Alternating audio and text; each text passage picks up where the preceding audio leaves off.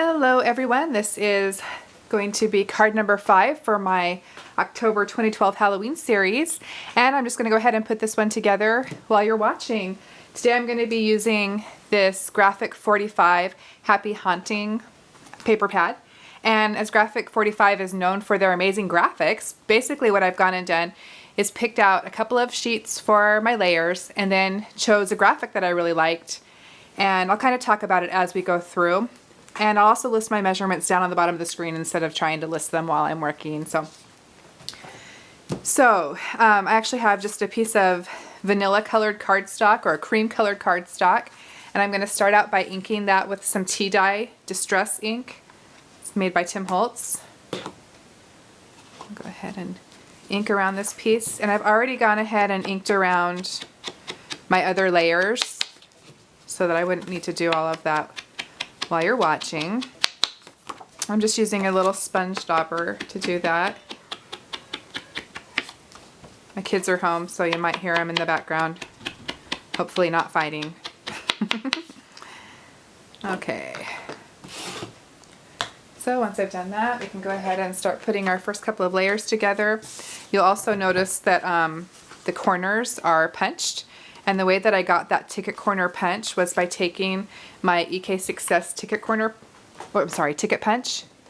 There are ticket corner punches, but I just went ahead and used my actual ticket punch, slipped in the corner, and punched it, and that gave me my ticket corner, which is what I did on these two layers that I'm going to attach together.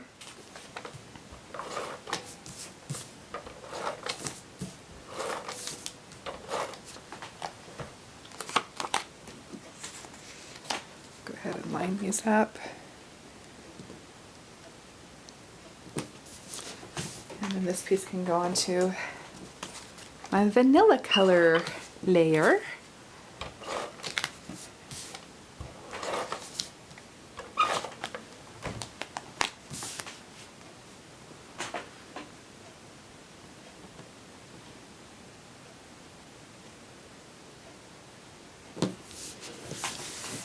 Okay, so the next thing I did was I kind of flipped through the book and decided which image I wanted to use, and I found a page that had, let me just grab my scrap, that had this cute little girl on it, and I thought she was just so sweet.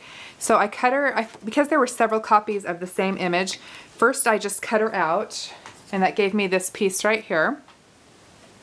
And then I decided to pick a couple of elements that I could also pop up to give this some, more dimension. And so I chose the sunflower here and the little girl. So I cut the little girl and the broom out, and I also cut the kitty out. So I'm going to go ahead and layer those pieces on, but I'm not going to actually attach her onto my card yet. So here's the little girl, and I already put some Pop-Tarts on the back. Trying to be really careful with her because the little broom, for example, is really delicate.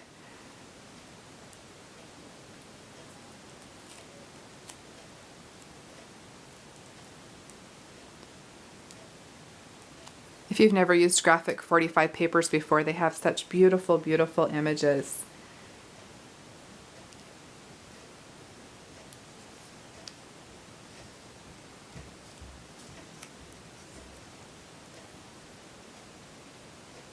Oops.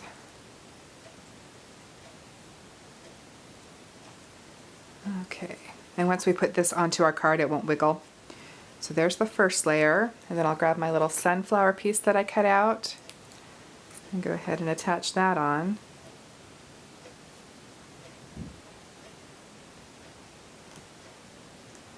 And then I also cut out the little kitty, and we'll attach her on.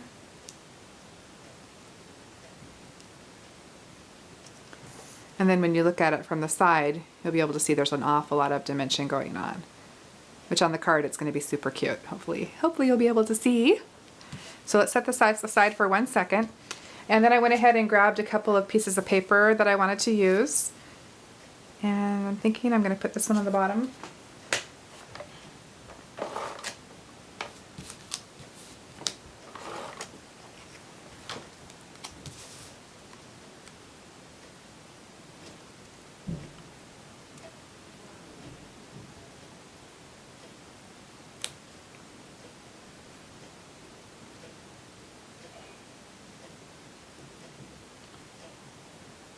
Alright, we're kind of winging it as we go here. I also cut out a little fence piece.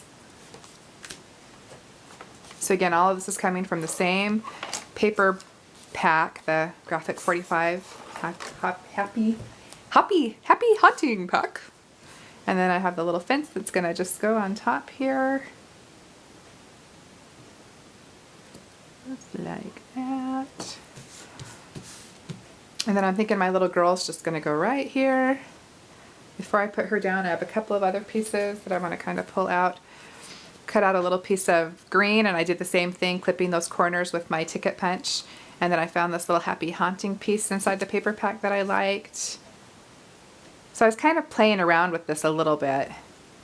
I also found this cute little clock that I wanted to also give some more dimension, so I cut out a second piece. Go ahead and line that piece up. The dimension part is so much fun. And I had this cute little bat. Made two of him so he can also be dimensional. What's fun about this card is it's not only a cute card, but when we're done with it, it'll also be a fun decoration. So you have to really think about who you want to give it to. Okay, so there's our little dimensional bat. And then I also cut out a few pumpkins that I thought would be cute. Let's see.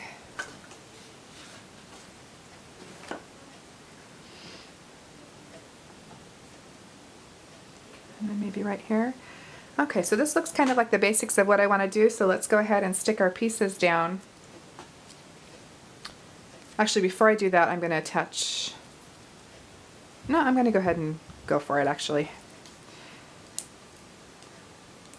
Okay, so I have lots of pop dots on the back of this. I know for some of you, you're really conservative with your supplies. For this one, this is a special card. I'm not making a million of them. This is like the one you give mom or grandma or a very special friend, or a child or sibling or something. So hopefully no freaking out about how many pop dots I'm using. Okay, so I'm going to lower her down here, press her all into place.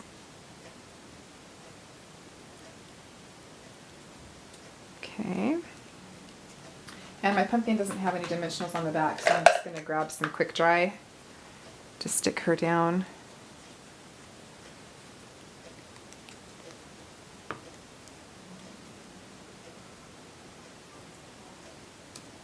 And then my little pumpkin with the dimensional on the back.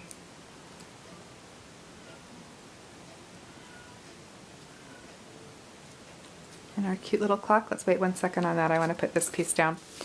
So I have dimensionals on the back of my Happy Hunting sentiment. So I do want to point out while I'm doing this that this cute little bat right here actually did not come from this paper pack. I looked at it and just really wasn't really happy with the bats inside it. Not that they weren't, fun bats, but they weren't very cutesy and kind of small. So since I wanted something a little bit bigger, I went ahead and just grabbed this Hampton Art stamp pad and then grabbed this bat right here and just went ahead and stamped that with some Tuxedo Black Memento ink. Okay, so now we've got that done. Let's go ahead and actually stick this piece on. And I'm just going to stick some ATG gun tape on the back.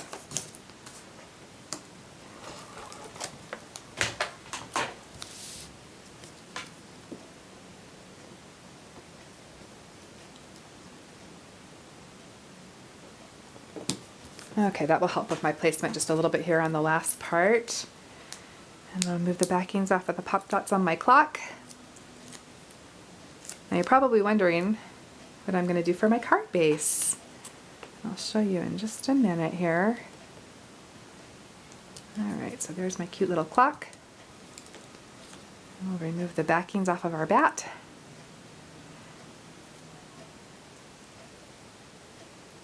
I think it kind of on an angle there. Leaving a little space because every artist knows that you need to leave space. Okay, so here's the basic part of our card. Hopefully you can see that. And now let's put the rest of our card together. So for my base, I went ahead and cut my card long ways, and again I'll put my dimensions down below. And then after, this is what you'd normally see. So I took the card and folded it like this, and then just used my bone folder to crease it, so you end up with a flap. This is going to make an easel card. So again, it's flat like this. I tucked in this piece and then creased it with my bone folder. So that's how I got this piece. So I wanted to do something to the inside first. So I cut another piece of that green patterned paper, and I cut 2 small pieces, one of sunflower pattern paper, and then this is just a piece of this vanilla colored paper that I also used the ticket punch to give it the shape again. So let's go ahead and adhere this together. Make sure I do the right side. Whoops. Hopefully I can get through this card before someone comes in. I forgot to let my family know that I'm filming. I always try to do that so that they don't accidentally come bursting in. Okay, so there's that piece. And then I'm not going to attach this yet, but I want to kind of get a feel here for where I want this to go. So we'll go ahead and put some tape on the back. I hope everyone's had a chance to make a Halloween card or two. They're so much fun. Again, let me just center that, just so I get my line up right here.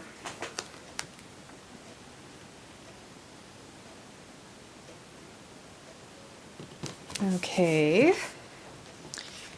And then the next thing I want to do is grab my ruler and a pen. So to make this easel card, I wanted to put a stopper in, and I'm going to use this little brad here that is an, what's it called?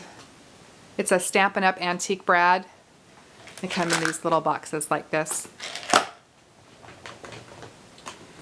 And so that's how I'm going to stop my card. So, since we know that our paper is 4 1/4, I'm sorry, 4 1/4 across, then at 2 1/8 we need to mark our center mark. So I'm going to use my pen and make a little black dot. And then I'm just going to grab a little pad here that I can punch a hole on. And a little paper piercing tool. This is a Tim Holtz one. And I'll just grab that little black spot and punch. And then we can go ahead and stick our little brad in. And then this is ready to be attached onto our card base. Put that over. And then around where my actual brad is, I'm going to add a little bit of extra tape, just to kind of hold things into place. Okay, now we can go ahead and add this on. Oops.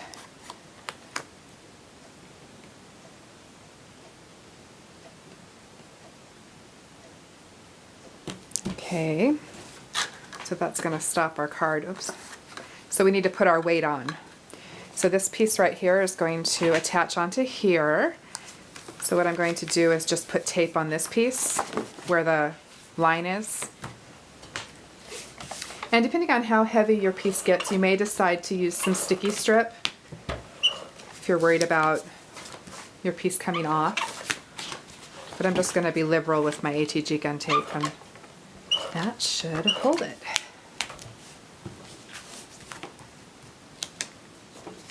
Go ahead and line up our bottom pieces first. There we go. Whoops. And then let's widen my shot just a little bit here. We have an adorable easel card. Anyhow, so I hope you'll give this one a try. Let's tighten in just a little bit so you can see the artwork that we put together. And anyhow, if you have any comments or questions, I hope you'll leave me a post. And I hope you've had fun working on our card today. Thanks for watching and have a great night. Bye.